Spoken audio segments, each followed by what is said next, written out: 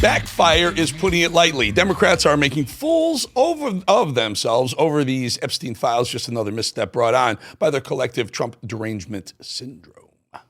Democrats have spent 6 months talking about Epstein, even though they had 4 years to do something about it. Now, why would they do that? Why would they do that? Maybe it's to go after President Trump. Maybe? Oh, I get it. It's a rhetorical question. Maybe. How about definitely? Democrats are tripping and falling over themselves out of sheer desperation, trying so hard to smear President Trump and all the MAGA and all the Republicans. What a sad little Democrat clown posse they've become. These Epstein files they've chosen to place at the epicenter of America have only further exposed the Democrat Party for what it is: corrupt, swampy, and sad. And as always, we have the receipts. Democrats have made a mess that they can't really back out of now. They can't Michael Jackson moonwalk out of it. After years, they've chosen to suddenly care about these Epstein files in order to smear President Trump. But this is all backfiring on the Democrats with the Epstein trail leading where? Right back to them. This is a common theme with Democrats. It's sending the cockroaches scurrying after the lights turn out, and these are just popcorn-worthy performances. Ready for this? Ever since the story came out about how Jeffrey Epstein was working with Democrat Congresswoman Stacey Plaskett in real time during a 2019 hearing, it's been fun watching Democrats weasel their way out of yet another self-own. And I got a text from Jeffrey Epstein, who at the time was my constituent, who was not public knowledge at that time that he was under federal investigation, and who was sharing information with me. Oh, and the I messed up royally, but Trump is yet another classic play out of their Captain Obvious playbook of crap Americans see right through. You want to talk about texting felons? How often do you text President Donald J. Trump? That's the individual we should be concerned about. And that guy, Jamie Raskin, possibly, this is a tall order, but possibly one of the slimiest members of Congress. There's a lot of them. Insists that Plaskett was just taking a phone call from one of her constituents. Well, they want to give them another headline, which is that they've arraigned a Democratic member for taking a phone call from her constituent, Jeffrey Epstein, in the middle of a hearing. And of course, I don't think there's any rule here against taking phone calls in a hearing. No, just another phone call from one of her constituents, Jeffrey Epstein. Oh, hell, that's okay then. Nothing to see here, folks. But it was fun watching Stacey Plaskett trying yet again to brush off her very friendly ties with Jeffrey Epstein, and not back then, last night. I believe that Jeffrey Epstein had information, and I was going to get information to get at the truth. Having a friendship with him is not something that I would deem to have. And so I'm just looking forward. I'm moving forward. And I think that that's what we as American people should do. Well, in the immortal words of Marsha, sure, Jan.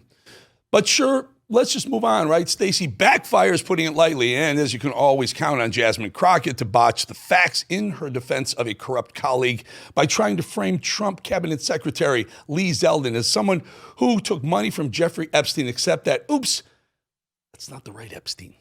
Folks who also took money from somebody named Jeffrey Epstein, as I had my team dig in very quickly: Mitt Romney, the NRCC, Lee Zeldin, George Bush, Win Red, McCain Palin, Rick Lazio. I just want to be clear. If this is the standard that we're going to make, just know we're going to expose it all. Okay, Jazzy. Okay, Jazz. Looks like Lee Zeldin enjoyed that particular Crockett gaffe, pointing out that it was a different Epstein, a Dr. Jeffrey Epstein. And maybe one of the best moments of the week came last night in the form of utter humiliation for Crockett, who tried desperately to cover for her own mistake. Zeldin there, he's now a cabinet secretary. He responded and said it was actually Dr. Jeffrey Epstein, who's a doctor that doesn't have any relation to the convicted sex trafficker. Unfortunate for that doctor, but that is who donated to a prior campaign of his. Do you want to correct the record on the people that you Listen, I never said that it was that Jeffrey Epstein, just so that people understand when you make a donation, your picture is not there. And because they decided to spring this on us in real time, I wanted the Republicans to think about what could potentially happen because I knew that they didn't even try to go through the FEC. So my team, what they did is they Googled, and that is specifically why I said a Jeffrey Epstein. You said Jeffrey Epstein, but then you said a Jeffrey. Out of your mind. Do the American people believe you, Jazzy? Nice try. Backfire is putting it lightly, folks. But it was the correct Jeffrey Epstein featured in the Epstein files, who has ties to Hakeem Jeffries, apparently. Sunlight, of course, is the best disinfectant. And we've maintained from the very beginning that the American people just deserve the truth, the whole truth, and nothing but the truth as it relates to the Epstein files. Another email shows Democrat fundraisers invited Epstein to an event or to meet privately with Hakeem Jeffries as part of their 2013 effort to win a majority. So Hakeem Jeffries' campaign solicited money from Jeffrey Epstein. That's what we found in the last document batch. What about that, Jasmine Crockett? Did you think of that? Your leader, your little House minority leader, soliciting money from the Jeffrey Epstein, not a Jeffrey Epstein. That's right. Epstein was invited to meet, as they called it, Brooklyn's Barack, also known as fake Obama, or we call him Minority Leader Hakeem Jeffries. Interesting, right? Democrats are panicked now that their own Epstein connections are being exposed. In 2013, well after he was convicted as a pedophile, went to jail, got out, turns out that Hakeem's campaign solicited money from the Jeffrey Epstein. Yes, that Jeffrey Epstein, not a Jeffrey Epstein, that one. Interesting, Plaskett, Jeffries, but wait. As always, there's more. Newly released campaign finance records show that from 1990 to 2018, so it was at 28 years, Epstein directed about 89% of his political donations to notable individual recipients, including, Hillary Clinton, Bill Clinton, and Chuck Schumer, just to name a few. Backfire, putting it lightly. Want more? Why not? After President Trump ordered a DOJ investigation into leftist and Trump derangement syndrome victim Larry Summers' relations with Epstein, Summers resigned from the board of OpenAI and suddenly stepped back from his activities at Harvard. Even he had to mention it to the class.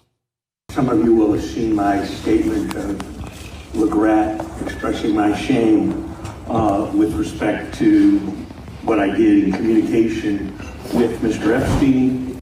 Karma's a bitch, ain't it? Backfire, putting it lightly, folks. These people are so desperate to stick it to President Trump that they forget their own ties. Stones, glass houses, hypocrites. They're really stepping in it, aren't they? And using this at every turn to try to slam the president for just doing his job is also top level, well, let's call it what it is, entertainment. The president is meeting with the Saudi prince. You know what America First means to me?